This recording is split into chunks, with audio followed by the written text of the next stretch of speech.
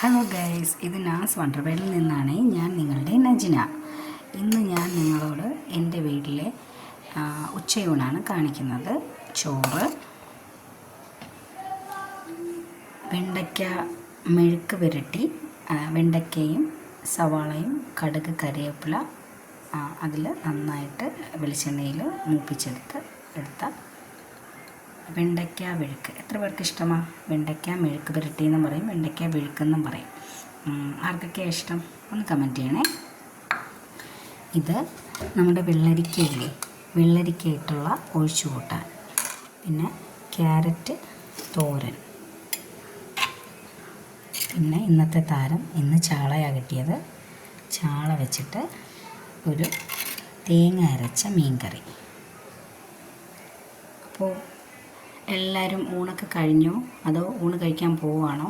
എന്തായാലും നിങ്ങൾ എല്ലാവരും എന്നെ സപ്പോർട്ട് ചെയ്യണം, സബ്സ്ക്രൈബ് ചെയ്യണം. ബായ്.